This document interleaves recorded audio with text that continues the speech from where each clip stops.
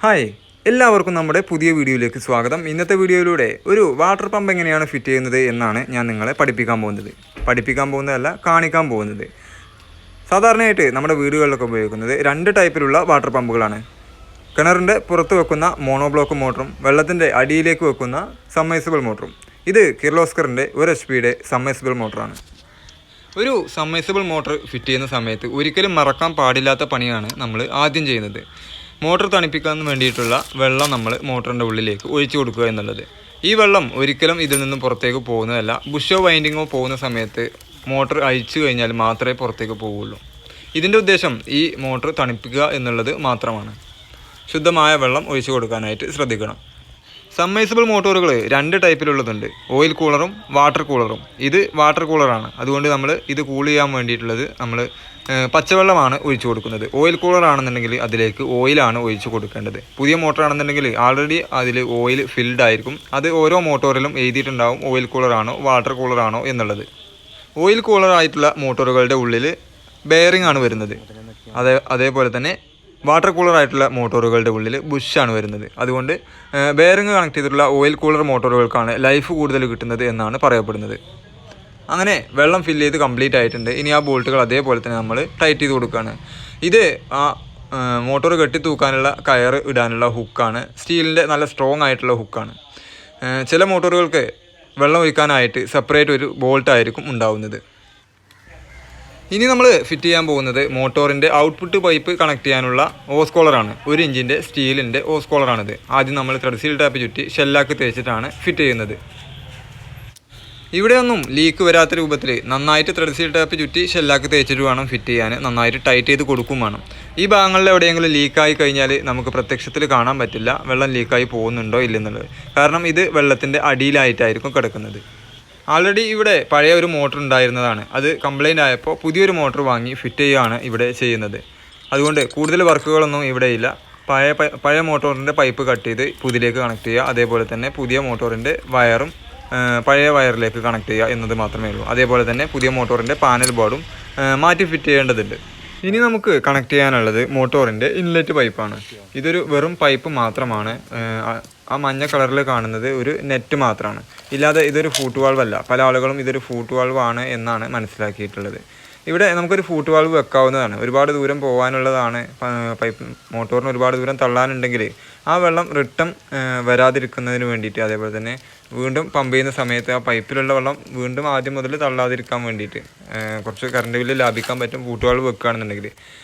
അങ്ങനെ ആവശ്യത്തിന് വേണമെന്നുണ്ടെങ്കിൽ നമുക്ക് ആ ഒരു മഞ്ഞ കളറിലുള്ള നെറ്റ് ഊരി മാറ്റി അവിടെ ഒരു ഫൂട്ട് വാൾവ് ഫിറ്റ് ചെയ്യാവുന്നതാണ്. ഇനി നമ്മൾ ചെയ്യാൻ പോകുന്നത് മോട്ടോറിൽ നിന്നുള്ള ഔട്ട്പുട്ട് പൈപ്പ് കണക്ട് ചെയ്യുക എന്നുള്ളതാണ്. ഇതിനൊരു ഗ്രീൻ ഓസാണ് ഞാനിവിടെ എടുക്കുന്നത്. ഗ്രീൻ ഓസിൻ്റെ അറ്റം ചൂടാക്കിയതിന് ശേഷം നമ്മൾ ഓസ് കോളറിലേക്ക് തള്ളിക്കയറ്റാണ്. അതിനു മുമ്പായിട്ട് ഈ ഓസിൽ ഹോസ് ക്ലിപ്പ് ഇട്ട് വെക്കാനായിട്ട് ശ്രദ്ധിക്കണം. ഇല്ലെങ്കിൽ ആദ്യം മുതൽ ആ ഹോസ് ക്ലിപ്പിൻ്റെ ബോൾട്ട് ഊരി മാറ്റി വീണ്ടും സെറ്റ് ചെയ്യേണ്ടി വരും.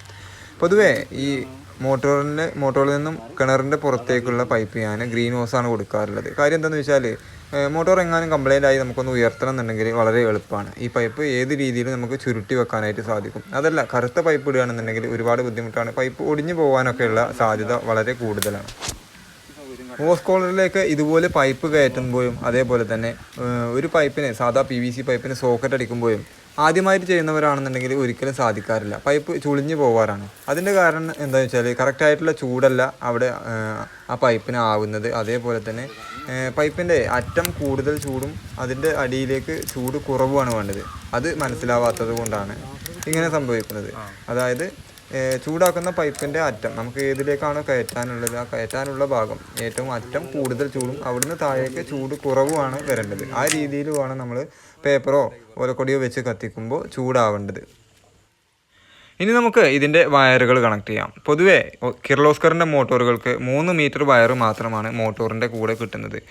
അതിൽ കൂടുതൽ വയറുകൾ നമുക്ക് വേണമെന്നുണ്ടെങ്കിൽ വാട്ടർ പ്രൂഫിൻ്റെ ഇൻസുലേഷൻ ടൈപ്പ് അടിച്ച് എക്സ്ട്രാ വയർ വാങ്ങി ജോയിൻ്റ് ചെയ്ത് പുറത്തേക്ക് എടുക്കേണ്ടതാണ്.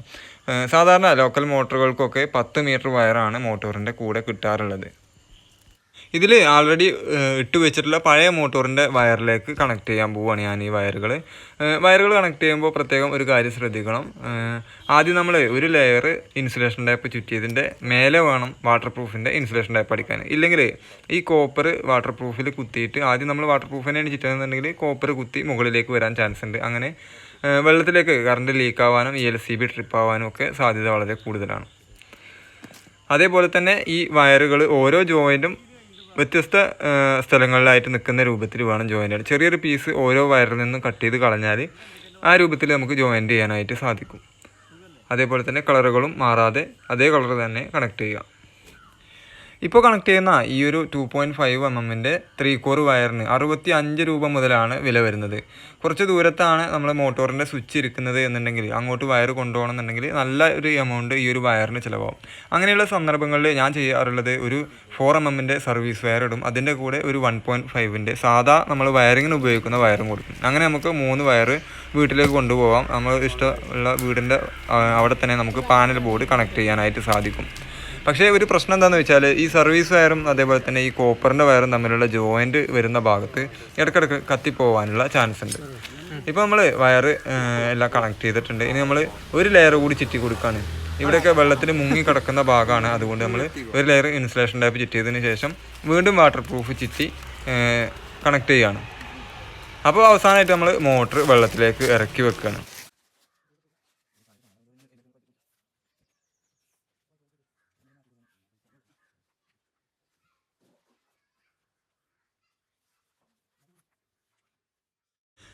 ഇനി നമുക്ക് കണക്ട് ചെയ്യാനുള്ളത് ഈ പാനൽ ബോർഡാണ്. പാനൽ ബോർഡിൽ അധികം കോംപ്ലിക്കേഷനോ അധികം പ്രശ്നങ്ങളൊന്നുമില്ല. ഒരു കപ്പാസിറ്ററും ഒരു MCBയും മാത്രമേ ഉള്ളൂ. അതേപോലെ തന്നെ 5 ലെഗുകളാണ് നമുക്ക് കണക്ട് ചെയ്യാനുള്ളത്. അതിൽ തന്നെ ആദ്യത്തെ ഒന്നാമത്തെ ലെഗ് P എന്ന് എഴുതിയിട്ടുണ്ടാകും. അതിൽ നമ്മൾ സ്വിച്ചിൽ നിന്നും വരുന്ന ഫേസ് കണക്ട് ചെയ്യാം. അതേപോലെ തന്നെ രണ്ടാമത്തത് N എന്ന് കാണാൻ പറ്റും. Nൽ നമ്മൾ സ്വിച്ചിൽ നിന്നും വരുന്ന ന്യൂട്രൽ ലൈനും കണക്ട് ചെയ്യാം. മൂന്നാമത്തെ ലെഗ് R എന്ന് എഴുതിയിട്ട് നമുക്ക് കാണാൻ പറ്റും. അതിൽ നമ്മൾ മോട്ടോറിൽ നിന്നുള്ള ചുവപ്പ് വയർ റെഡ് വയർ കണക്ട് ചെയ്യാം. അതേപോലെ Y എന്ന് എഴുതിയ ലെഗിലേക്ക് മോട്ടോറിൽ നിന്നുള്ള യെല്ലോ കളറും B എന്ന് എഴുതിയത്തേക്ക് മോട്ടോറിൽ നിന്നുള്ള ബ്ലൂ കളറുമാണ് കണക്ട് ചെയ്യേണ്ടത്. ഇടയ്ക്ക് വെച്ച് ഞാൻ സർവീസ് വയറാണ് കണക്ട് ചെയ്തിട്ടുള്ളത്. നേരത്തെ പറഞ്ഞ അതേപോലെ തന്നെ ഒരു സർവീസ് വയറും അതിൻ്റെ കൂടെ തന്നെ ഒരു 1.5 mm സാധാ വയറിങ്ങിന് ഉപയോഗിക്കുന്ന വയറുമാണ് എടുത്തിട്ടുള്ളത്.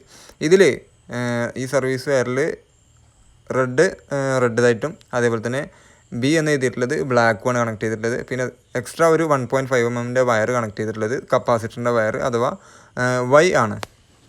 അങ്ങനെ കപ്പാസിറ്ററിൻ്റെ കണക്ഷനെല്ലാം കണക്ട് ചെയ്ത് കഴിഞ്ഞിട്ടുണ്ട്. ഇനി നമുക്ക് മോട്ടോർ ഓൺ ചെയ്ത് നോക്കാം. എന്താ ഫോഴ്സ്, അടിപൊളി.